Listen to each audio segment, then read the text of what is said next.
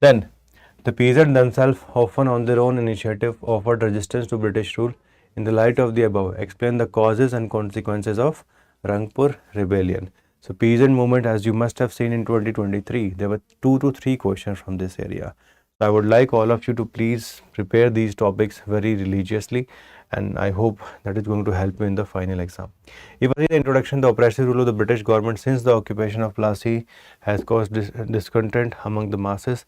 The oppressive rule of British East India Company time and again had to face register. Rangpur rebellion was such one of the earliest instance. So ठीक है, अच्छा introduction लिखा हुआ है, 20 marker question है, तो आराम से 4 से 5 लाइन ले सकते हैं जो इन्होंने यहाँ पे ली है. And method which have been adopted by giving the context behind the Rangpur thing or Rangpur rebellion. Which are the various causes? Izadari system. So the point is mentioned: oppression of peasantry is there, opposition of zamindar, okay, absence of grievance redressal system which was there. Specifically, the person who was responsible for the exploitation has also been mentioned. So this whole theme, it goes back to the Ijaradari system. When Warren Hastings came to India, he was not able to devolve a very permanent system. He was going for 1 yearly settlement to 5 yearly settlement to again 1 yearly settlement. And during these time, these revenue farmers, like here the contractor's name was Devi Singh. So Devi Singh, he was a very exploitative person. That's why all the peasants and zamindar, they came together and took the initiative. First they complained to the government, nothing happened. They took everything in their arm, create a parallel government, and Darji Narayan became their leader. This is how this Rangpur rebellion came into the picture. Rebellion, specifically it has been mentioned, and even they created parallel government, refused to pay rent. They even collected cesses for the upkeep of this army. Consequences, as we have seen, so many consequences were there, like the changing of the whole system of revenue within next 10 years because of coming of permanent settlement. Ijadar was asked Devi Singh, okay, to function from within the spheres of law. Then we also see Hindu-Muslim unity here. We also see the Gomasthas, they were no longer allowed to ruin the condition of peasantry. So all those points are mentioned. Then it comes to the conclusion. It was a precursor of the movement such as Farezi, Deccan, Indigo, and that's why it became the beginning of the peasant resistance. So if I see the question says peasants themselves on their own initiative offered resistance to British in the light of the above. So when we see the peasant movement have specific arenas, specific phases. So if we see the phases in general, so they came under the influence of the national movement only by 1920s. Before them, majority of the time, they were taking their own initiative. In Indigo Rebellion, we see intelligentsia was helping them with the coming of Hindu Patriot, how they were specifically supporting the Indigo Rebellion. So here you have to mention that there have been different categories of peasant movement जो इस answer में missing है. In some of them, they took the leadership by themselves, while in others, middle class helped them, and finally by 1920s, the nationalist leader, like with the coming of Mahatma Gandhi ji है ना, खेड़ा, चंपारण, तो वो सारी चीज़ें वहाँ पे आ जाएंगी. तो वो थोड़ा सा इनिशियली आपको समझाना जरूरी है. And then you can focus on the causes and the consequences. That has been dealt pretty well in this answer.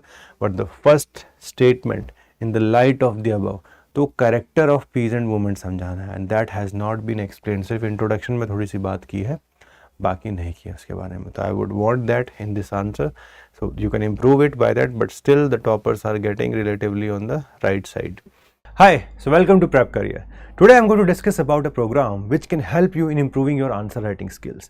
Answer writing skills, as all of us know, are very paramount for getting maximum marks in optional. And optional में अगर marks लेके आने हैं तो अभी आपको ये सब चीज़ start करनी पड़ेंगी. So if you are preparing for 2025, हो सकता है कुछ cases में आपका prelims इस साल ना निकला हो, right, in 24. So you have to take the long road. बहुत लंबा road है. आप हम आराम से 3-4 महीने optional को अच्छे से अभी dedicate कर सकते हैं, right? So during this time, when you have a lot of time, उसको अच्छे से यूटिलाइज किस तरीके से करें. This is where Dawn comes in. Dawn का जो मेजर फोकस है वो किस चीज़ पे रहता है कि आप लोग आंसर राइटिंग सीखिए. बिकॉज खुद से जब हम आंसर राइटिंग करने जाते हैं वो रेगुलर नहीं रह पाते. कभी सोचते हैं PYQ लिख दे, कभी सोचते हैं कि PYQ सारे रिपीट नहीं होते. देयर इज ऑलवेज एम्बिग्विटी कि लिखना क्या है, इवेल्युएट कौन करेगा, डिस्कशन कौन देगा. So as a result of this हम क्या करते हैं, 2-4 दिन रेगुलर रहते हैं, फिर छोड़ देते हैं, जो गैप्स आ जाते हैं प्रिपरेशन के अंदर. इन सब को हटाने के लिए we are starting with the Dawn program. This program is going to begin from the 15th. Okay, Monday से स्टार्ट करेंगे. Now how many questions to be covered. तो अब हम धीरे धीरे बात करेंगे, मैं आपके साथ शेड्यूल भी शेयर करूंगा इसका कि हम शेड्यूल में क्या है। तो बहुत सारे क्वेश्चंस आपको ऑन डेली बेसिस आप लगभग 2 क्वेश्चंस को लिखने वाले हो, ठीक है। एक का आप आंसर लिखोगे, एक पे आप ब्रेनस्टॉर्म करोगे। Brainstorming is one technique which was able to help me in achieving 324 marks. That's why I always promote कि भाई इसको आप जरूर करिए on a daily basis on few questions, so that कि हर बार लिखने का हो सकता है टाइम ना हो। सो आप आधे घंटे के अंदर आराम से एक क्वेश्चन लिख सकते हैं और एक को ब्रेनस्टॉर्म कर सकते हैं। एंड द नेक्स्ट 4 मंथ्स, है ना, जो 4 महीने ये प्रोग्राम चलने वाला है, you will be able to completely change yourself with respect to answer writing. What should be the approach. तो अप्रोच बहुत सिंपल है। अप्रोच जो होनी चाहिए इस तरीके की होनी चाहिए कि भाई आप अपने सिलेबस को डिवाइड करेंगे as per the schedule itself, and then on daily basis will write few answers. How to analyse the answers, तो वो हम कुछ तो आपको इवैल्यूएशन करके देंगे ही देंगे, एंड फिर आपको जो डिस्कशन मिलेगा वीडियो, उसके बेसिस पे भी आप इवैल्यूएट कर सकते हो क्या अच्छा है क्या बुरा है, स्ट्रक्चरिंग और अच्छी कैसे हो सकती है। How to inculcate the discipline, तो डिसिप्लिन का बहुत ही एक ही तरीका अच्छा, that you can write the answer only for 1 day. जो जिस दिन क्वेश्चन आएंगे उसी दिन आपको लिख के नेक्स्ट डे तक सबमिट करना पड़ेगा रफली, कि 1 बजे आपका आंसर हम अपलोड करेंगे, नेक्स्ट डे 1 PM तक आप वो ब्लॉक हो जाएगी विंडो।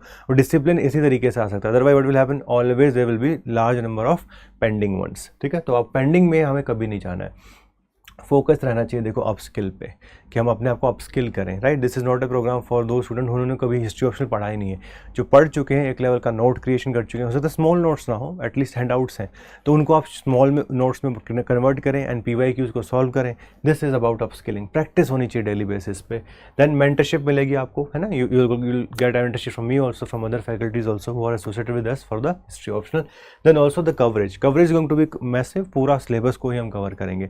दिस इज रफली the UPMC approach which is going to work with respect to this DAWN program. So if you are somebody who is preparing for 2025, तो ये programme आप लोगों के लिए है, ठीक है। ये सारी चीज़ें इसमें होंगी। डेली आपको ब्रेनस्टॉर्मिंग भी करनी है, डेली आपको कुछ आंसर्स लिखने भी हैं, डिस्कशन वीडियो मिलेंगे, मॉडल आंसर्स मिलेंगे, पर्सनलाइज मेंटरशिप सेशन रहेंगे। 4 महीने तक प्रोग्राम चलेगा। 48 आवर्स के अंदर अंदर हम कोशिश करते हैं कि आपको इवेल्युएट होकर कॉपीज़ मिल जाए। So this is something which is from our side, alright. And जैसे हम देखें, देखो कोई भी क्वेश्चन होगा जो आपको आंसर फ्रेमवर्क मिलेगा, अच्छे से हम बताएंगे इंट्रोडक्शन में क्या करना है, बॉडी में क्या लिखना है, कंक्लूजन में क्या लिखना है, राइट। एंड पूरे तरीके से वो स्ट्रक्चर्ड रहेगा पूरा आंसर। एंड फाइनली जो कंक्लूजन भी होता है उसमें हमें कंटेंट एनरिचमेंट बॉक्स डालते हैं, जिसमें हम हिस्टोरियन, बहुत बच्चों को हिस्टोरियोग्राफी में दिक्कत है कि मैं इसमें क्या करूँ, तो हिस्टोरियोग्राफी भी यहाँ पे तरीके से दी होती है। सो इस तरीके से आपके पास बहुत अच्छे मॉडल आंसर्स निकल के आ जाते हैं, and side by side you are able to improve your answer writing. अब देखो हमने क्या किया है कि रफली 20 दिन में पूरे सिलेबस को डिवाइड किया है, 20 डेज ना, तो रफली 1 महीना आपको एक पार्ट में लगने वाला है। If you see like starting for 15 तारीख से आपको कुछ वीडियोस दिए जाएंगे, initially 7-8 videos which are related with answer writing, because answer writing करने से पहले आपको थोड़ा सा पढ़ना भी तो पड़ेगा, थोड़ा समझना भी तो पड़ेगा आंसर लिखते कैसे हैं। तो वो फर्स्ट वीक आप उसमें स्पेंड करिए। Once you spend this from 22 start writing, portal active हो जाएगा आपका, एक्सेस के थ्रू आप इसको स्टार्ट कर सकते हैं। So starting from Monday archaeological, फिर आपका literary sources, pre history, proto, Indus valley, फिर सैटरडे संडे आप रिवाइज करिए, बाकी चीज़ें भी अगर आपकी प्रायोरिटीज़ हैं GS में उसको भी इनकॉर्पोरेट करिए। Then week 2 again ancient India, week 3, week 4, तो लगभग आपका जो वीक 4 होगा वो लगभग फिनिश हो जाएगा बाय 16th ऑफ अगस्त आपका एंशिएंट फिनिश हो जाएगा। तो लगभग 4 महीने देखो ये प्रोग्राम चलने वाला है, और आपको डेली बेसिस पे ये ध्यान रखना कि भाई जो पोर्टल का एक्सेस है वो 1 दिन के लिए मिलता है for writing answers, okay. So that is something which we see here. तो ओवरऑल जो आपके वर्किंग डे हो जाएंगे, मतलब जो आपको लिखना आंसर्स, वो 80 से 85 के बीच में रहेंगे, ठीक है। और जो प्रोग्राम है वो पूरा 4 महीने के आसपास ही निकल जाएगा, बिकॉज सैटरडे संडे आप इंक्लूड करोगे तो वो लगभग 4 महीने हो जाएगा। So this is the approach with which you can get a very good marks in history optional. But make sure those of you are joining this program, at least एक level का बेसिक आपको आना चाहिए। अगर आपको आता है तभी आप इस प्रोग्राम को ज़्यादा इफेक्टिवली यूटिलाइज कर पाएंगे। If you are somebody completely new, I would recommend a foundation course या AEP के साथ चलिए, ओके, उसमें आपको ज़्यादा फायदा मिलेगा। This is for those people who want to be disciplined, कि भाई आंसर राइटिंग सिर्फ नहीं हो पा रही, बाकी सारी चीज़ें सही हैं, कंसेप्चुअल क्लैरिटी में कोई दिक्कत नहीं है। So if you are at that level, make your level best, become part of this, and 4 महीने में ना लगभग आपका by the end or by the beginning of November itself you will be able to finish off this batch. Alright, so all the very best, thank you so much। इसका part बनिए और अच्छे से यूटिलाइज करके next year 300+ marks score करने की कोशिश करिए। Thank you so much.